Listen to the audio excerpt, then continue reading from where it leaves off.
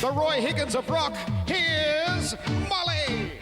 Okay, thanks, Gavin. Well, I'll tell you what, talking about the Roy Higgins of rock, there's two really fine Australian albums. One was already released while I was away, and the other's just been released. The first is Rose Tattoo, and it's called Southern Stars. Now, this is some great rock and roll, and it's great to see that rock and roll has finally come back onto the charts, and especially with the Angry Anderson sort of way. It was produced by Vanda and Young, and as I say, I was surprised the single, in fact, didn't do better on the singles charts, but this album is really worth listening. As I say, great rock and roll, not only to listen to, but to dance to. Rock and roll certainly lives with Angry Anderson. And Gavin?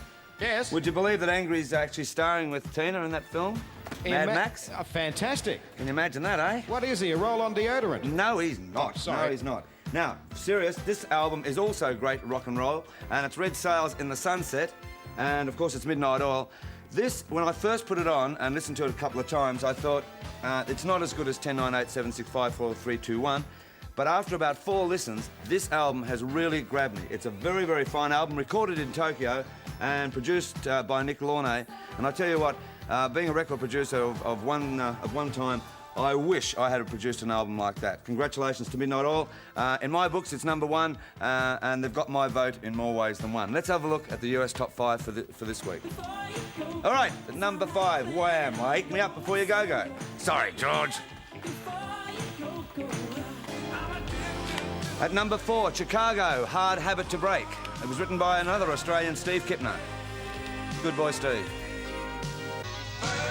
At number 3, the title track off the album and the film, Prince with Purple Rain. Beautiful song. A bit of a steal from the Beatles, though, a bit. At number 2, Stevie Wonder with I Just Called to Say I Love You. The number 1, great song, great dance track, Billy Ocean with Caribbean Queen, and the 12-inch is just something else. All right, that was the US Top 5 for this week. Well, last week you saw the 10th anniversary of Countdown, and would you believe there's an album, we've got one out, the 10 Years Countdown Australian Collection, and there's some great Australian songwriting and music on this particular album.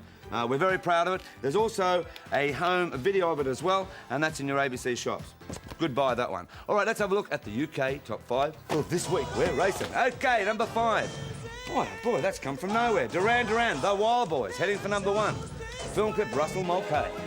At number 4, Phil Oakey and Giorgio Moroder with Together in Electric Dreams from the album and the film Electric Dreams.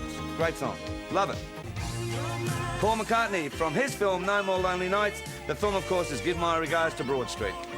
Good one, Paul. At number 2, I love this track, Chaka Khan, I Feel For You. Saw her in New York. Great lady. And at number 1, goodness, they can't do anything wrong, Wham with Freedom. Great photo of George and good one of Andy. Actually, I've had a lot of complaints about my remarks about Andy. About George, I should say. I said nothing about Andy. And, well, there you go. I'm sorry.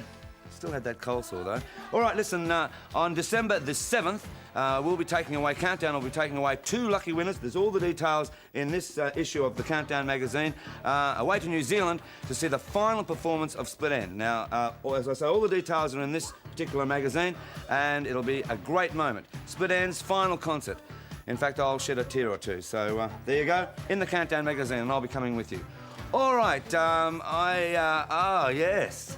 I have a bit of a beef about this, because I hear that my friend Jimmy Barnes is a bit wild with me and a bit upset with me. Now, I believe that it goes right back to the Rock Awards when, you know, they broke up the set and that. I thought it was a sensational performance, and I had to go at them the following week. Now, I can't believe that. I really can't believe that Jimmy's not talking to me. So, Jimmy, promise me you'll call me, and that happens to be... No, it's Promise Me You'll Call, Jimmy. Yeah, that happens to be the single as well. Jimmy Barnes!